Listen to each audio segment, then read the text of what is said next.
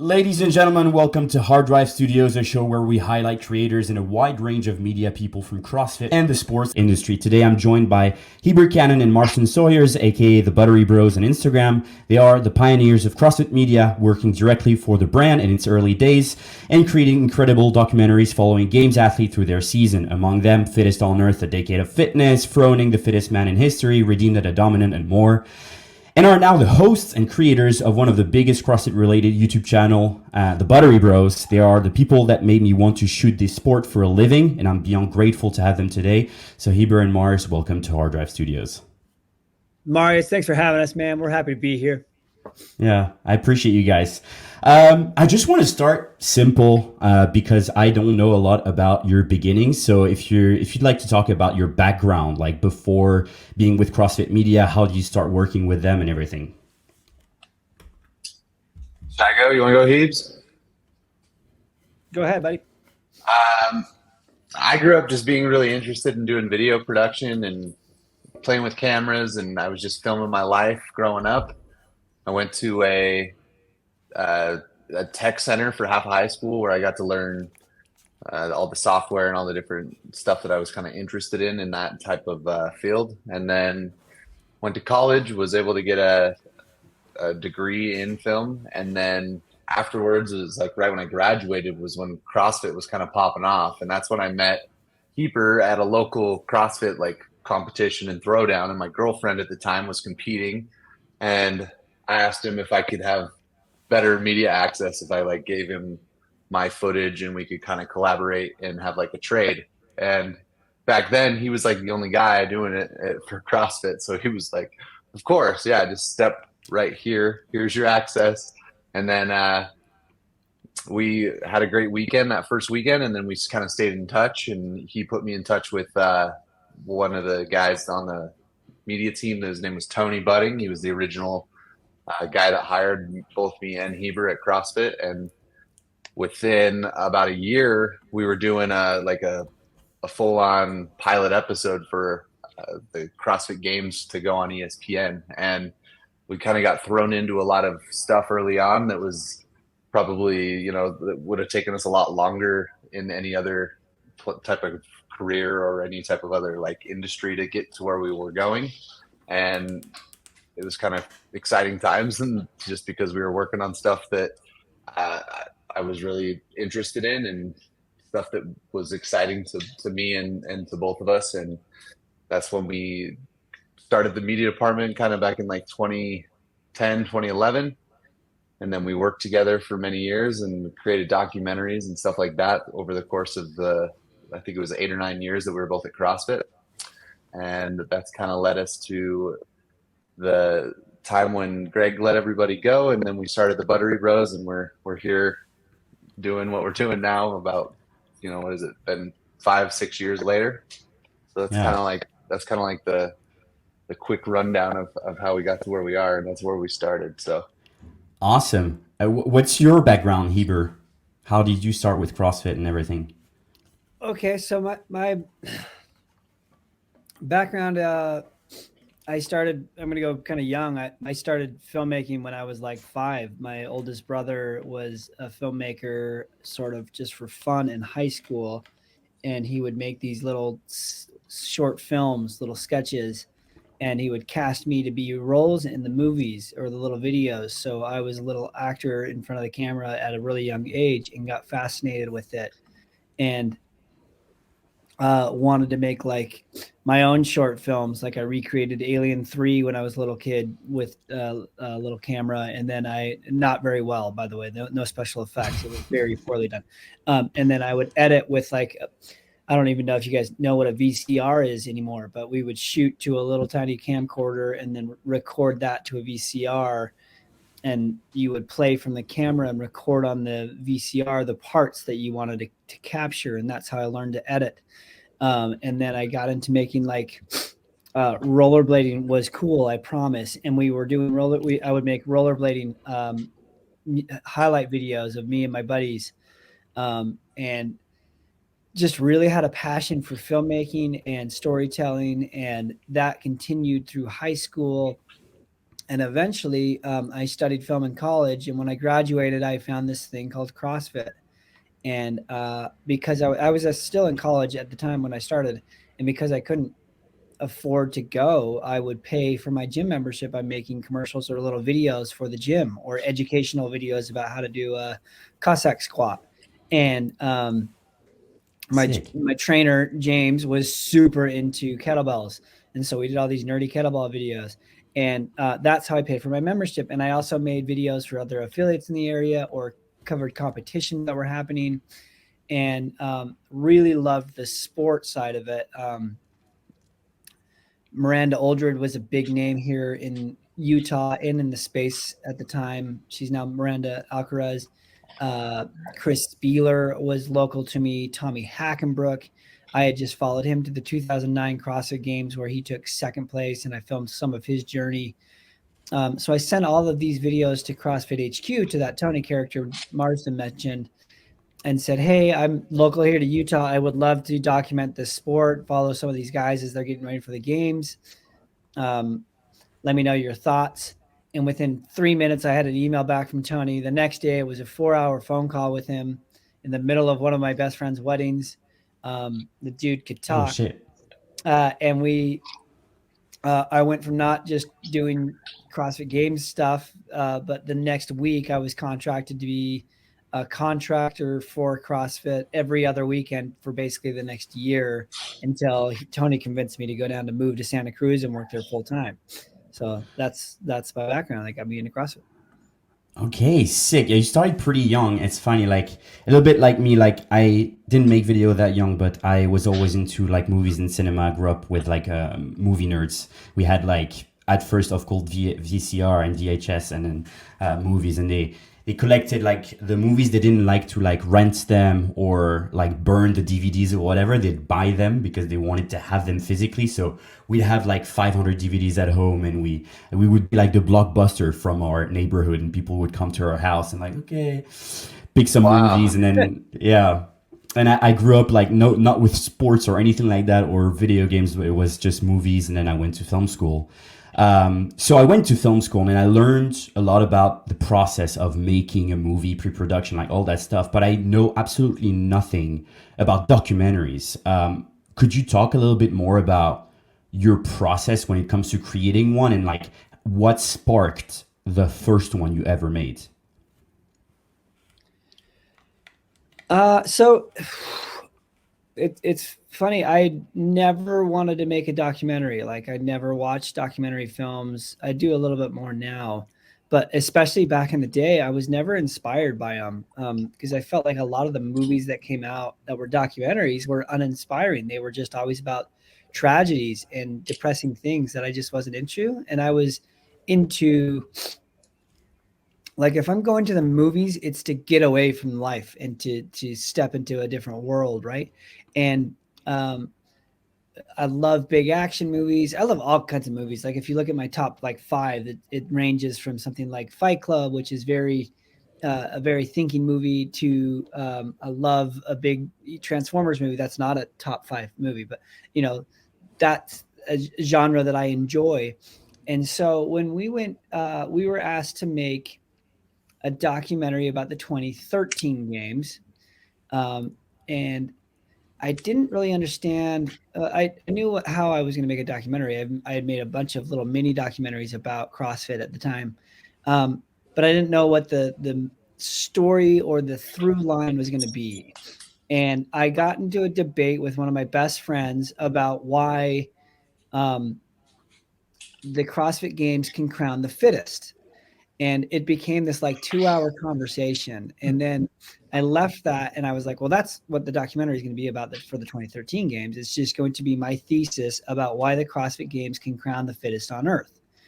And then with that, we covered, I think we had already filmed the games by the time we had a conversation about making it into a documentary. Like it was August, 3 weeks after the games. And I was on a flight on my way to Montana with Tony. And he was like, you do a documentary about that. And I'm like, well, we're shooting that retroactively, so we can't, like, it's what do we do here? But that's when that idea came to me. Okay, we're going to make it about this. And then we're going to go ask all these athletes all these questions about it. And that movie turned out to be The Test of Fitness. And it was sort of a mini documentary, and the process of not just, it was the first time that I'd used someone to mix the audio or to color it or to really add a graphics package that matched beginning to end. And so I did like a short form version of what I wanted to do when it became time to make a big one. So then after that, and after the success of that, they came to me and said, we want you to make a movie about the men of the 2014 games. And this other guy's Ian is going to make a movie about the women of the 2014 games. And after I had filmed the interview for the 13 thing, I said, I don't want to film the whole men's field for the CrossFit Games of 2014 because that's not the story. Froning is going to win. He's going to win the Open. He's going to win regionals. He's going to win the games. And then he's going to retire. And that's the only story I want to tell. And I think it's the only story people want to hear because it's the coolest thing happening. And CrossFit, no one there believed that I wanted, like, they wanted a YouTube video. They didn't want a documentary. Like they didn't understand. I went to the head of media, Savon, at the time, and I was like, hey, I want to put this on Netflix. And he said to me, that's where movies go to die. Like, why would you put it on that? Like, because at the time, sort of like B movies were on Netflix. It wasn't like it is now. It wasn't like I think they were just starting to get shows like House of Cards in 2014. But I think he was thinking of what Netflix was in 2012, but they didn't understand the potential here. And I also talked to the guy that was in charge of the games. He was the general manager of the CrossFit Games, and said, I want this to go on iTunes. And he's like, well, that's going to limit the audience. Like, why don't you just put it on YouTube? Like, they just didn't understand what it would do. And I was like, never mind. I'm just going to make the movie. And I had to like nickel and dime everything. Like they wouldn't hire me someone that knew how to fly a real drone. So I got Mike to come fly a Phantom 4, which was like a decent quality drone, but not a great drone. And he wasn't like very skilled at it. Like I had worked with skilled drone operators, but like we just did little things to shoot it. And the story sort of came together really easily because I just got to know Rich really well. And I had this big whiteboard in the office where I would put Post-it notes of different scenes and how I was going to organize them. But really the process comes very organically when we're like, hey, we're going to make this documentary. Here's kind of the storyline. And we have sort of a very skeleton script, but I wouldn't even say a script. Like we just have a conversation about what we want to see. And then when it comes to something like the games, we just go and see what happens, and the story sort of finds itself. When it comes to the games, finding characters, like when we found Froning was very easy, and that's all I had to follow. And then everyone else is sort of like you find interesting B characters along the way. When we do something like the Test of Fitness or the Fittest on Earth series, like you're looking at 80 to, in 2019, we had 300 to 400 athletes that we had to cover. So we just found people that we thought were the most interesting. And then maybe one or two that we picked up along the weekend of the games, but everybody else, we had sort of pegged going into it. And you have to stick with those characters and really sink to learn who they are and what makes them tick. And that's sort of the process going into it of how we make them. Sorry, that was a long rant. No, bro, that's what we're here for. And just curious, because I've never made that long form, like the interviews. So do you try to like post games, get all the athletes, and then you have like a timeline and you make them comment on that timeline, or how does that work? I mean, depending on the year, like we would interview them throughout the course of the games if we could, but by the end of the weekend, you would really narrow down your characters and have the ones that you hadn't really got the answers from that you needed. And so those athletes would be used to kind of like fill in the story. And a lot of those we would try to get at the games after they left to go back to wherever they were from. But our like main A characters, we'd end up going to their houses and trying to show a little bit more of their life and build out more like athlete packages that would go more into those documentaries. And then there was times where you'd get to the end of the CrossFit Games, and 2015 is a perfect example because Tia Toomey just ended up on the podium and she was second. But like over the course of the weekend, nobody really, she was a rookie and nobody really knew who she was. So she kind of surprised a lot of people, including us. So we needed to like retroactively like flush out her story. And sometimes that happens when, you try to pick your cast of characters, but then somebody does something so incredible that you're like, well, we got to shine some light on this story and this person. So it's a little bit of a guessing game, but I feel like Yeah. we've been doing it for a while now, so it's no surprise to us of how to like operate in those type of situations. Yeah. Okay, cool. Super interesting. Do you guys have any like memorable moments from all these years making those documentaries? Like moments that stick to you, like some interviews with some athletes, some like key moments that you'll remember forever?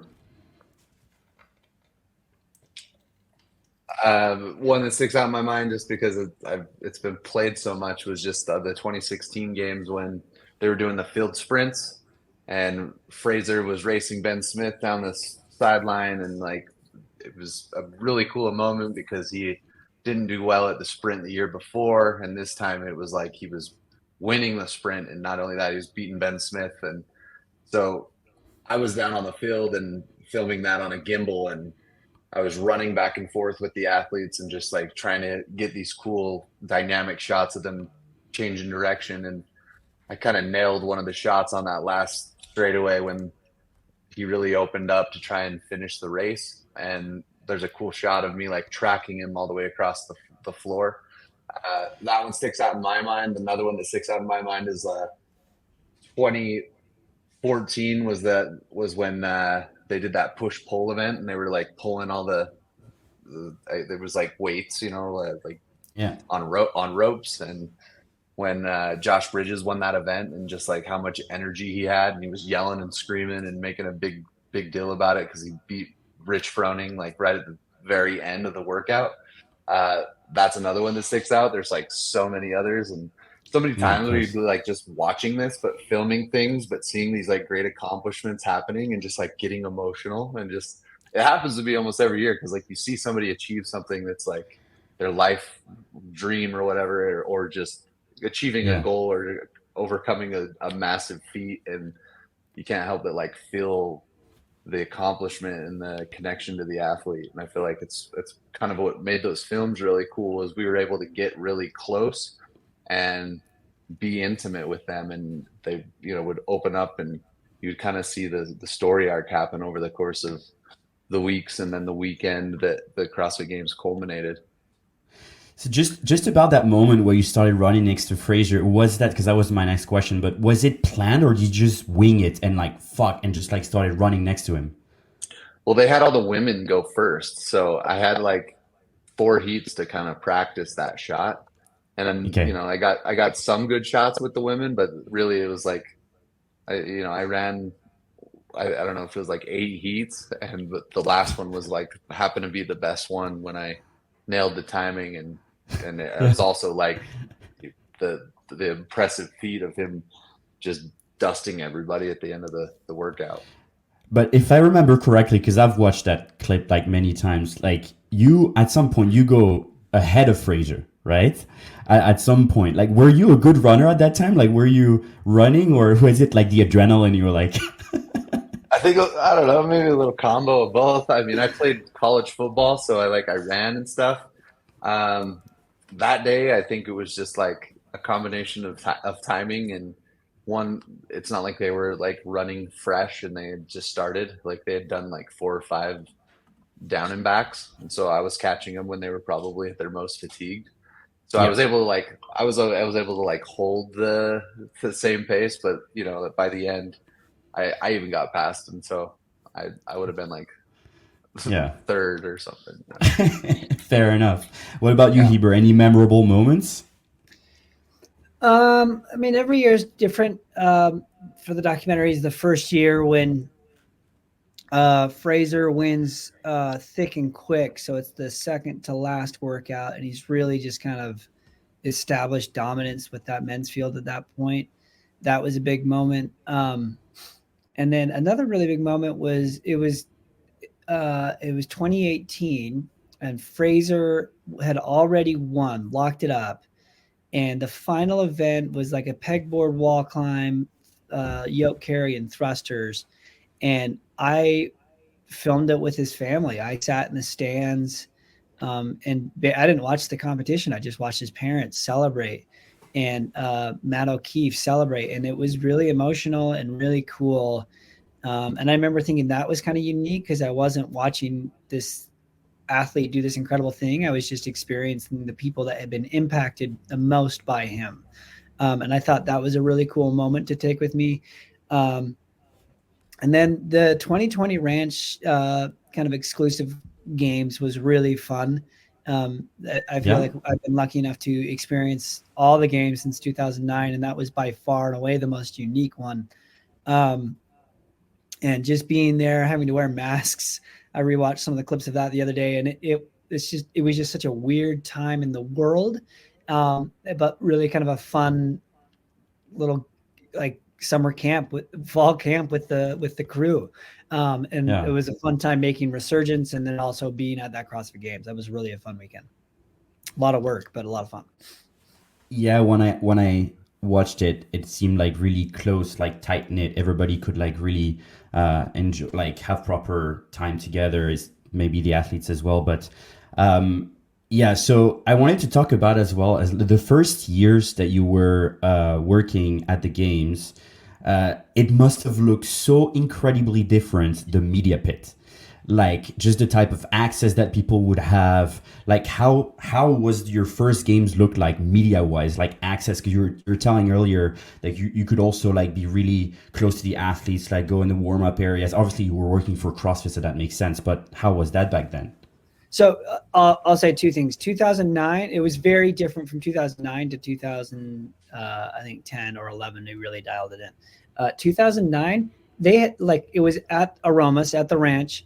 And basically anybody with a camera could go anywhere. Like I remember looking at the competition field and there was almost as many cameras as there were judges. Like there was just tons of people out there filming. And there's an awesome, like one of the best documentaries in the sport that followed Annie Thorisdottir through her first CrossFit Games. And she's still learning English and she's learning how to do muscle ups. It's an awesome NGHD sit-ups, I think. Awesome movie that somebody made, and I don't know where you can find it. Never watched that. Crew, there was Savon's whole crew. There was the actual media crew. Like it was a swarm of cameras. Cut to 2010-11. I don't think they had an outside media pit because there was no outside media. Like nobody cared to come. I think 2009 was sort of a fluke that just people interested in filming it, but like. Back in the day, there wasn't really news outlets that were coming to film the fittest on earth. It was just a bunch of goofy CrossFitters. And if we weren't documenting it, nobody was. I want to say around 2012, 13, you started to have like brands that wanted to, Reebok definitely wanted to have like some media access, and Rogue would always send a camera crew. But even them, like there was sort of a media pit for all of us, but they were never allowed competition floor access, or I don't remember seeing much of them behind the scenes. I don't think they cared to film that, but no, like there was really no news people that covered CrossFit until like 2016. I think 15 or 16, you started to see people come out that would film. And I don't think CrossFit was very friendly with giving out media passes. Do you remember, Mars? I don't think they were. I don't think we just worked for the company and never dawned on me to think about it. But yeah, I don't think it wasn't like an open media policy, I don't think, back then. Oh, interesting. But, yeah, I think they've gotten much better with outside media access than they did back when we worked with them. Okay, that's interesting, because I would have thought the opposite, that at the beginning you'd have like pretty much, well, which was the case for the first few years, but I would assume it would have been mayhem and then reduced over time. But I always say this, like the CrossFit Games is the one sport that gives that much, if any, external media access. Like you go to the Olympics, football, whatever, NFL, NBA, like nobody can just come and like have a camera and film their favorite athletes or whatever. So I'll always be grateful that I got into this industry, and I get to be so close to the action. I think it's really great. So how was the transition from working with CrossFit, then them laying off media, and then creating the Buttery Bros? How was that transition? Well, I mean, it kind of caught everybody by surprise that they were going to go in a completely different direction after we had spent the 8 years trying to build up what we had, and it was a lot of momentum going into that 2018 games because we were doing a documentary and they had shows on ESPN or CBS, one of the two. And by that time, we were feeling like really established, and it was becoming from this like grassroots niche movement to like a mainstream sport. And it seemed like the possibilities were just going to kind of be unlimited. And so at the end of 2018, or like right going into that CrossFit games, there was like these rumors that a bunch of changes were going to happen, and nobody really knew what that meant, and it was kind of just unsettling. So going into the 2018 games, we were like, yeah, we're making this movie, but it seems like there's going to be a bunch of weird changes coming into next year. And so we come out of the games, me and Heber travel all around the world. We went to Sweden, went to Iceland, went to Canada to film all these athletes and do all these interviews. And literally, like the week we get back, they basically say we're laying everybody off. There's no more media department. We're not going to make these movies anymore. We're going to go in a very different direction. And when you hear that, you're like, that's strange, because I feel like all this was really working, and it seemed like there was a lot of success, and a lot of like the reason why people were doing CrossFit, in my opinion, was they were seeing our media on either ESPN in a bar or at an airport, or they were seeing our movies on Netflix. So we were getting this like global attention from, the people that were interested in CrossFit and the fitness industry. So once all that started happening, it started to become, a giant pivot for everybody that was there, and me and Heber included. Obviously, we knew that there was an audience for the content because we saw the success with the previous movies and the like Road to the Game series and stuff like that. So we kind of like doubled down on ourselves and doubled down on the athletes, and really tried to make it into a business where we could travel around the world doing kind of what we were doing for CrossFit, but then just do it for ourselves under our own banner, and go to work and try and learn how to run and start a business and be entrepreneurs. And Matt O'Keefe was a big inspiration and guiding force in that, because he kind of took us under his wing and kind of explained ways that we could monetize and everything like that. So in January of 2019 is when we launched our YouTube channel. It was the same week as Wadapalooza, and we had just so happened to go to the Dubai Fitness Championships right before that, where they did this workout called Acid Bath, and that ended up being like a devastating workout. And we were filming with Fraser before going to Wadapalooza, and came up with the idea to do the workout head to head. And Sammy, his wife or partner, filmed the whole thing, and it turned into this like, wow, this is actually kind of an entertaining thing to watch me and Heber go head to head on this workout that these athletes just got demolished in. And so when we showed up to Wadapalooza, people were like recognizing that we had made that, and that the content was, similar but different to the stuff we had done in the past. But I think it was just appreciated that we were going to continue to like, hold the torch of media in a way. And that's kind of what sparked everything. And then from there on out, we were like scrambling just to like feed sponsors and figure out how to like do it week to week. And each week was like starting from scratch, being like, we're doing this thing. It's, we just started this YouTube channel. If you guys want to, be a part of it, so it was almost like, figure it out on the fly type of thing. And it was quite the process. But so Heber, you were used to as a kid filming yourself, like being in front of the camera. Like it seems that you were more at ease with it. But how was it being in front of the camera for you, Mars, when you guys started the YouTube channel, were you like comfortable, or like how did that work?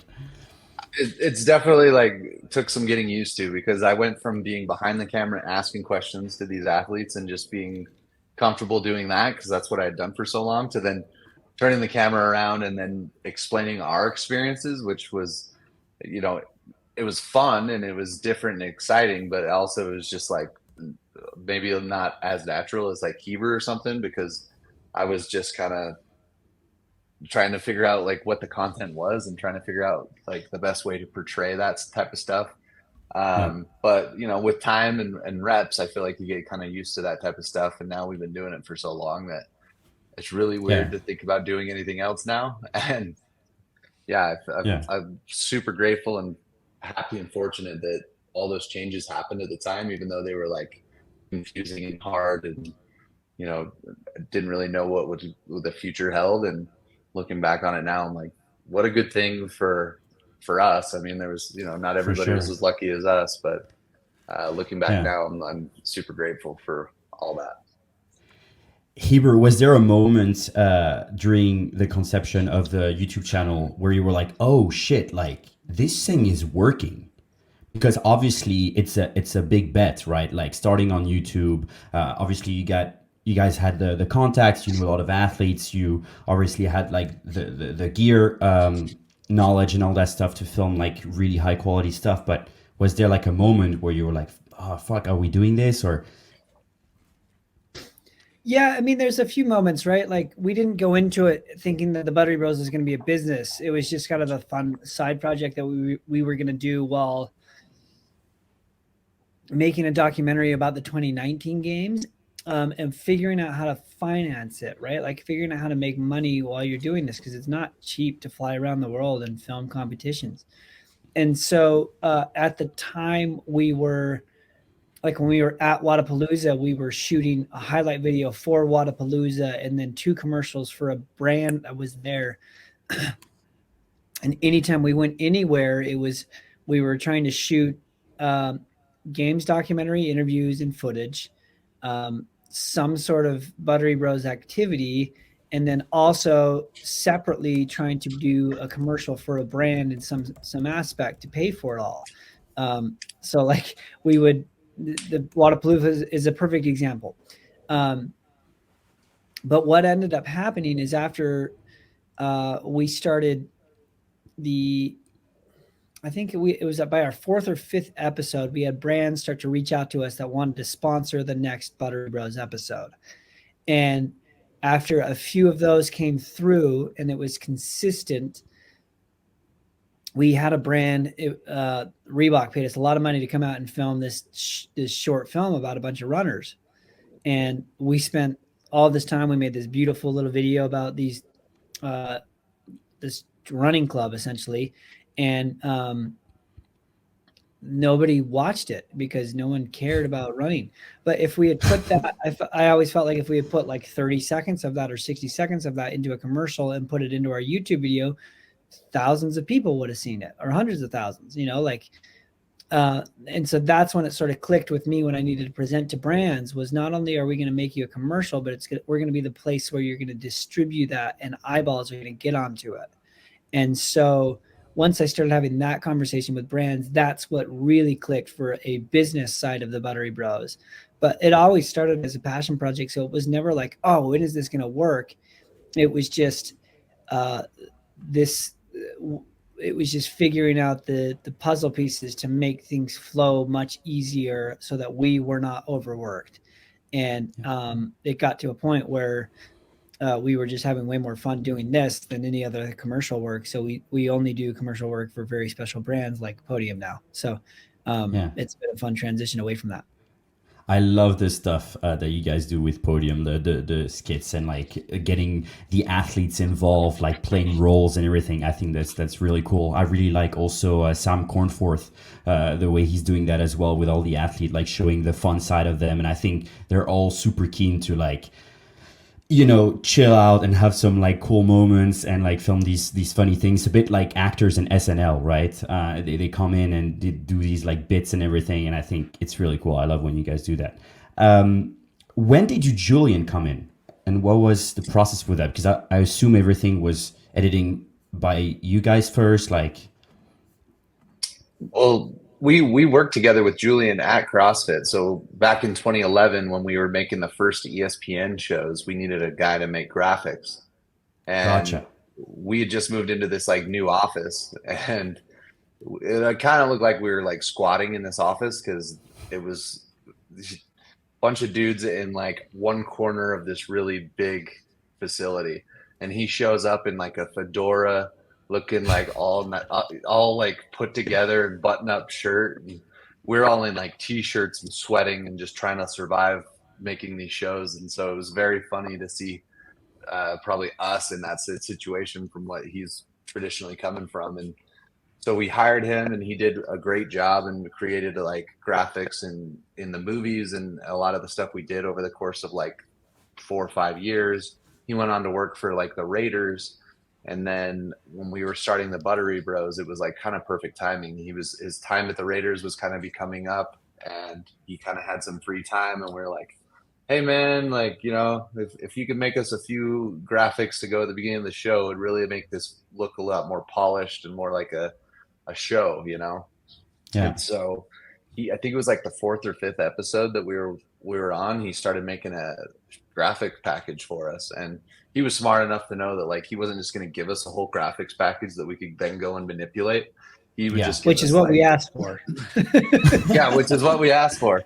But he would literally like make everything from scratch every single time, and they all looked really good, but like it was a lot more job security for Julian. He's like, I'm not just going to give you all the ingredients. I'll just make you a cake, and you'll need to know how to make it next time. So we kind of just used him as doing that over the course of the next like year or two, maybe 3. And then it become a lot more necessary to have somebody on all the shoots with us filming and kind of taking a little bit of the production load off of our backs. And so we started bringing him out to shoots, and, you could tell that we were just old friends and homies because the banter's there. And I think he adds a lot to the show because he has really good energy and tends to be like the hype guy. So he became like a full member, like as far as going on the shoots with us and supporting and being there for graphics as well for, the past 3 or 4 years. Awesome. Are you guys a bigger team now, or do you guys still do like everything editing? How do you guys have like an agent for the YouTube channel? Like how has it grown to now? It feels like we're bigger and smaller.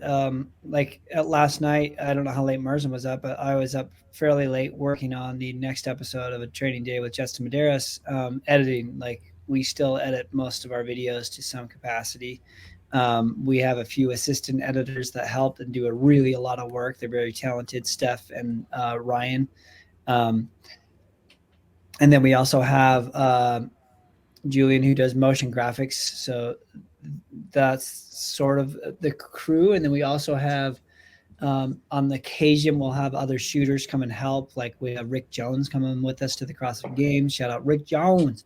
And then to help kind of take some of the load of the managing the business side of stuff, we have a business manager, James Seeley, who does an awesome job. And really, I just wanted someone that could take the focus of like legal aspects off of my plate, so I could focus on just being creative. But I thoroughly enjoyed building relationships and still do building relationships with the brands and working with them. But I didn't want to have to track people down for payments or contracts or all that. I let him kind of do that. And so we have him doing that, and then Marston and then myself. Yeah, it seems like from the outside, I wanted to ask you guys that because I was sure there was like some team behind helping you guys out, because one of my next question was, how is it balancing family life? Because you're both husbands and fathers, and the job you're doing, which requires so much time on the road, right? Marston's a father to a dog, so I think it's he hasn't. Yeah, it's really hard to, be on the road with that dog, My bad. I thought you had No humans yet, but I definitely have a Okay. labradoodle. So Yeah. it, Sorry it about can be that. very it can be very hard to leave on a regular basis, and I don't have an answer as to how to make that work. Yeah. Right now, we've tried a lot of different things. One thing that we are trying now is to do. Uh, we did this in June, and we just got back from it, this trip, which is we're trying to do like almost a week of really kind of gnarly production, where we're on the road for a lot of that week, and then home for a few weeks to edit the videos that we've just shot prior to our next trip. And so that worked really well in June. We did 4 or 5 episodes out of Europe and Nashville, and then we're home for 2 or 3 weeks. And then now we just got back from a Western United States trip leading up to the CrossFit Games. But to really, I think the biggest thing is if you're a parent and you have these little kids that are looking up to you, little humans. Um, for me, it's being present with them, making sure that if they ask me to come play video games or come play basketball and I'm sitting at my computer, I always say yes. And I go for, 5, 10 minutes, and then maybe I sneak out and get back to work. Cause I still have a lot of work when I'm home. But when I'm home, I try my best to be present and available as much as I can, for my kids, and also finding ways to build memories with them that last forever, build those core memories that they can always look back on. Yeah, I love that. It reminds me of my parents. So I was just asking that because my parents were working a lot. They were working in TV. So my mom was working in those big buses that were outside the stadium in football with like all the screens. She was in French we call that a script. She was like the assistant director. And my stepfather was a football commentator. For 15 years, he did some of the voices in FIFA and all those games and stuff like that. So Oh, I cool. grew up, yeah, yeah. He's commented the Olympics, some NBA. So I always grew up with parents in media and being away for long weekends for like the football games and the League One and all that stuff. So football, soccer, and they always made sure, even though, so I grew up with nannies, but even though they were away all the time, they always make sure that the moments that they were with me, to make those quality time, and they always made sure to be present. And the moments that they were with me, like really focus on me and those core memories. So that bounces back in my memory with what you just said. So obviously, you guys, I want to say we're here from the start of media, and a big question I want to ask is, and so you've kind of like witnessed it all from inside and out. How do you guys think media has evolved over the past 8 years, and what things do you think got better, or things you think like you miss from how things were before? If you want to just like talk a little bit more about that. I mean, like generally speaking, how it's evolved. I, from when I graduated till now, I mean, obviously the technology has changed a ton. You can have pretty much a whole production set up in a backpack now. Like you have drones that are tiny, and you have gimbals that didn't really exist before, and now you've got Sorry, 360 cameras. I should have been more precise. I'm so sorry about that. I meant in CrossFit. So like Oh, media CrossFit specific. in our industry. Yes, sorry. Well, I mean, they had a giant media department that created a lot of content and a lot of stuff that like went out on the daily, and they got rid of everybody and they went a completely different direction. And I feel like that's not really what their focus is anymore. So I think that they've sort of relied on outside media to kind of continue to tell that story, because I think a lot of people back when we were working at CrossFit, everybody turned to the CrossFit media to try and explain what either workouts were. They had like daily workout videos or the documentaries or stuff like that. And then, you know, with all that kind of going away, it's kind of created like it's kind of forced new creators to come on the scene to kind of fill in the gaps there. So I feel like, you've got Craig Ritchie, you got people like us, and then various other people in the space trying to do that. And uh, one thing I think CrossFit really dropped the ball on was, not telling their own story and expecting other people on the outside of their company to do that. And when you do that, I feel like you lose a little bit of your voice, and you lose a little bit of like the charm and the connection that you have to the audience. And so I think that they're still trying to like figure out ways to do it. And it's I think it's pretty obvious to a lot of people that see where they're at and where they're going is it's changed a lot. And we're fortunate enough now to be able to go to the CrossFit Games this upcoming, in a couple weeks, and we've got good access to be able to do what we do and to kind of support CrossFit in letting us do that. And another thing that's changed a ton is when we first started Buttery Bros, there wasn't a lot of other like YouTube channels. It was like the only one I can really think of is like Craig Ritchie. But now you see every camp, and like most athletes now have their own YouTube channel. So that's become almost like pretty saturated in CrossFit content on YouTube, because now almost every athlete knows the value that having their own media brings, so they're telling their own story and they're getting sponsors because of it. And it's becoming like more and more, there's just more and more media on CrossFit than there was back when it was just CrossFit doing it. Yeah, for sure. Sometimes I'm a bit nostalgic of the times where you guys were making the documentaries and everything, because it looked so freaking cool. Like, so I came back from Australia in 2019, and I went through a breakup and started CrossFit because one of my friends just dragged me out to the gym, and he was like, "Hey man, like pull your fingers out of your ass and come do a workout with me." I was like, okay, cool. I was bullied in high school in PE class, so I wasn't really into the coach/class thing environment. I was just doing bodybuilding. And he was like, okay, shut the F up, like come to the gym and you'll see after. If you don't want to do it anymore, then that's fine. And then obviously, like literally every single person that has ever done that, I fell in love with the sport right after finishing my first workout, which was just a run in kettlebell swings. It was like 440 kettlebell swings going down to 110. And I just like died on the floor, and some 50-year-old woman just finished before me. And I was like, holy shit. And then everybody was like fist bumping me, and I was like, yeah, you got this, dude, super cool. I was like, holy shit, this is CrossFit. And then my friend, we came home to our Airbnb, and he was like, hey man, like if you want, on Netflix, there's this documentary called Redeem the Dominant, if you want to check it out. And I was like, yeah, sure. I always love documentaries. I grew up with movies and stuff, so I watched a lot of that. And I watched it, and I remember like sitting up, because at the time I was transitioning from like traveling to wanting to be a freelance videographer.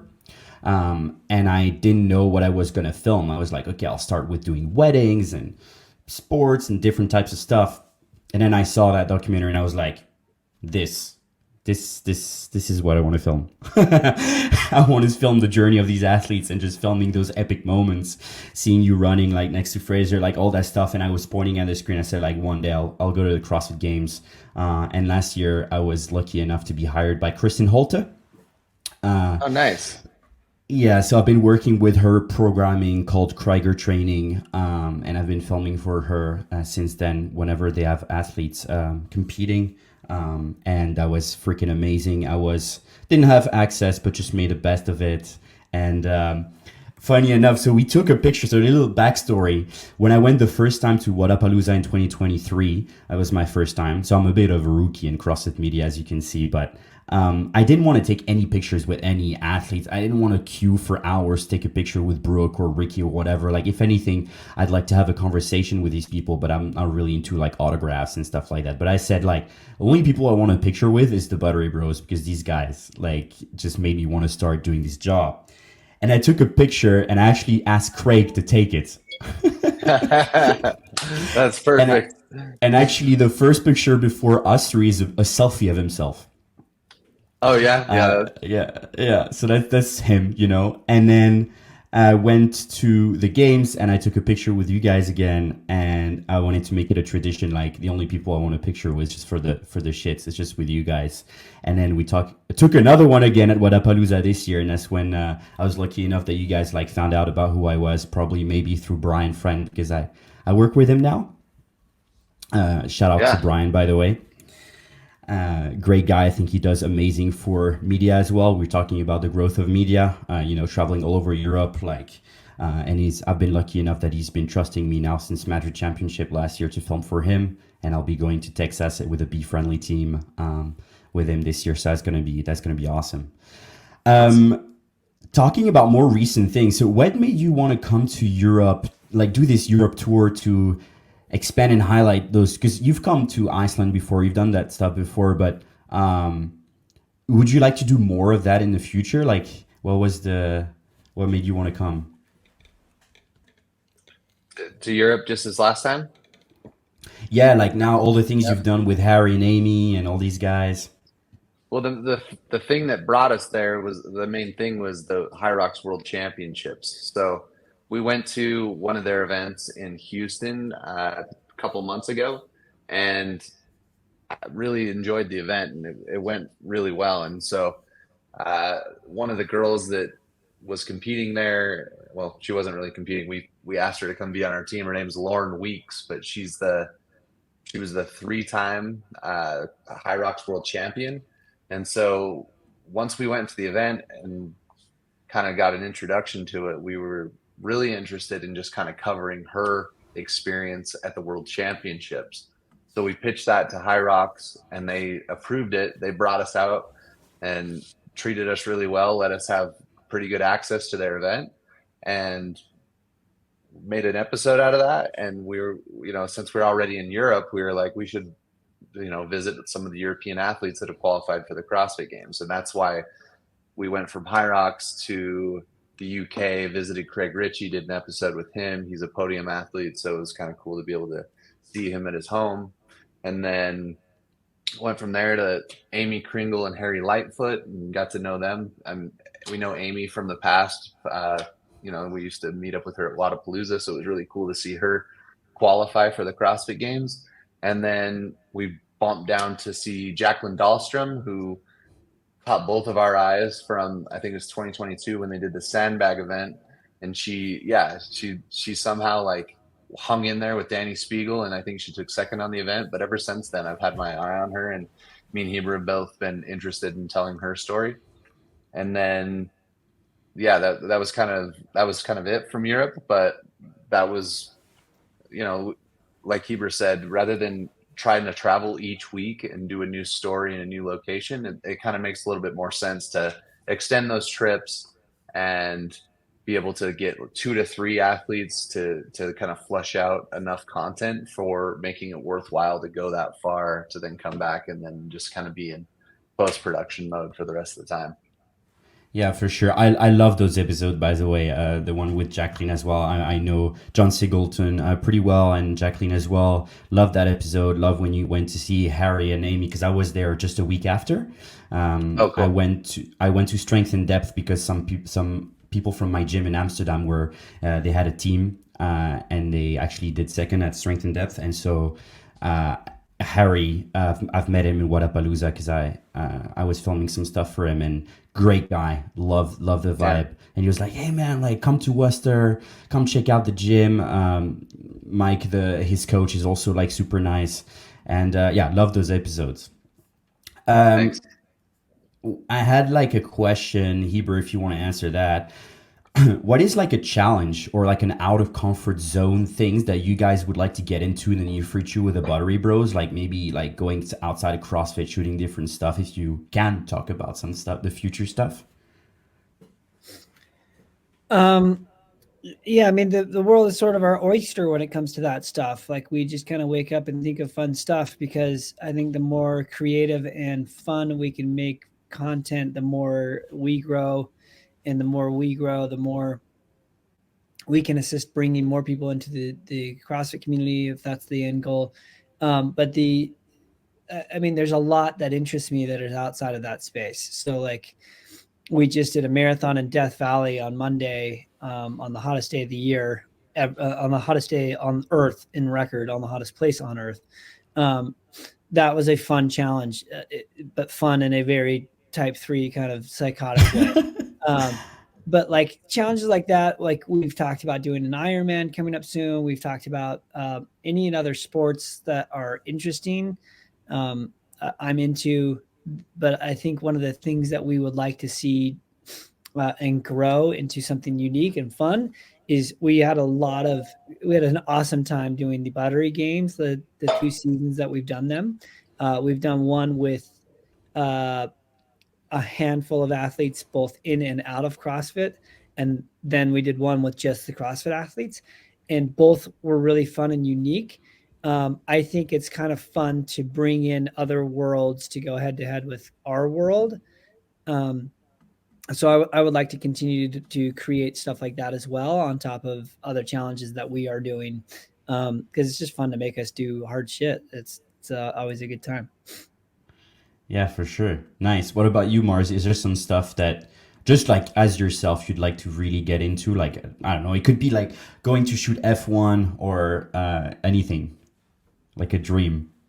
Yeah, I mean, like we've just talked about, some of the people we'd like to film with. Like, I think it would really be fun to do, a day with The Rock. Like that would be a lot of fun to be able to do like his training regimen and kind of go through his routine, or Mark Wahlberg or some of those guys. But it's kind of like wide open. Like this last week, Heber was like, "Yeah, I'm going to run a marathon in Death Valley," and I was like, "That's your journey, buddy. I'll be there to be your sports staff." So like these types of things come up like pretty quick, and so you got to like seize the opportunity when they're there. There's been other ones that have like come and kind of because of the stuff that happened in 2020, like we didn't get to do some of the things that I wanted to do. So there's still things out on the horizon that I think could be a lot of fun. Like I know we want to like start hosting more retreats and going to I don't know if it's like Bali or somewhere in Mexico, but just kind of have like an all-inclusive Buttery Bros party where we can kind of teach a little bit about what we know about fitness, but also like bring some of the filmmaking aspects into it as well, and kind of make it into a kind of cool little retreat for people to come and learn, but also have a good time and give them a good experience and stuff like that. Take my credit card. I'll be there. I love it. Right. That's so cool. Yeah, like I have a friend, so Matilda Garnis, she's doing also a fitness retreat with Can Porter in Bali this year, and I think it's going to be really cool. Awesome. Well, I don't want to take too much of your time. There's just a last question that I like to ask, because at semifinals, PC went to interview Haley Adams, and I thought he was going to ask her about the workout or whatever, but actually he was asking her about Star Wars and like if she liked the latest like Star Wars series, and she just lit up. And I love seeing that. I love when athletes are getting asked stuff that are non-CrossFit related, because I think they also like to talk about these things. So what are like what is like a show or a movie that you've seen recently that you really liked? If you have time to watch anything. My wife and I just started watching Time Bandits on Apple TV, which is a very fun, wholesome TV series based on the 1980s movie. It's directed by Taika Waititi. So if you enjoy his movies, like it's very Taika and very kind of quirky and fun. So that's one that I'm currently like, we just finished the second episode last night. The next episode doesn't come out for a week. I'm in, I'm here for the whole Time Bandit journey. I think it's 10 episodes. And then I'm very excited for the Deadpool Wolverine movie that's just dropped today, I think. So I got to figure out how to make time to go catch that. That's the current TV series and movies that I'm excited about. Sick. What about you, Mars? The most recent thing I saw was Fall Guy, and that was an excellent movie. I thought, like, really good. Ryan Gosling is so hot right now, but I also thought that like showing this giving like stunt people like their due, and kind of really focusing in on what goes into that, and having a fun action film based off of that was really cool. outside of that, I really like watching documentaries. Like I thought the David Beckham documentary was like fantastic. The Shaq documentary was really good. And yeah, I like to cycle through like just even some of the older like 30 for 30s. Like been watching a bunch of those. Saw a really cool one on Deion Sanders. I just like watching those and see how people, tell those types of stories about these athletes and what makes them tick, and kind of taking what I like and trying to apply it to what we're doing. Yeah. When you watch documentaries, do you guys have like occupational hazard, like, and are you thinking about how they made it, or are you able to put the brain down and just like watch? I notice a lot about how they do certain things, like the Shaq documentary. They did an interview with him, and they probably had like 10 cameras for this interview, and they even had like a top down shooting straight down angle and stuff. So I just note that type of stuff to see like wild how much goes into these other docs and how much production they have. What about you, Heber? Are you able to zone off, or you think about how they made it? For movies, I only get critical or analytical if I'm watching it a second time. For documentaries, I think I'm less as like into it, so I'm thinking a little bit more as a job and analyzing how they did it, but not to the point where it ruins the movie unless it's a really poorly done documentary. Those I usually just don't have the time to watch, so I turn them off and don't watch it. Yeah, fair enough. Just about like Deadpool, I don't know if you're gonna see it with your kids, but it's grueling. Like I'm not. Yeah, my kids are not going to see it. Yeah, I saw an interview with Hugh Jackman and Reynolds, and he was like, "Yeah, bring everybody. Like it's supposed like everybody's gonna love it. Like because they're trying to promote the movie." But I was like, "No, it's not for kids. Like below 13, 12, like I would not. Yeah. So okay, that's smart. I just saw it yesterday. Went to the first showing. I usually go in the morning when there's nobody, and it was freaking amazing. Well, guys, thank you so much for coming on. I really appreciate your time a lot. I know you're busy people. I know I'm just a little podcast, but I really appreciate that. Thank you, Marius. Appreciate you, man. Love your work. Yeah. Looking Appreciate forward it, to dude. see you guys at the games. I'll be there on the 4th of August. When are you guys flying in? It's Sixth. the 6th, yeah. Yeah. 6th. Cool. See you guys there. Okay. All right.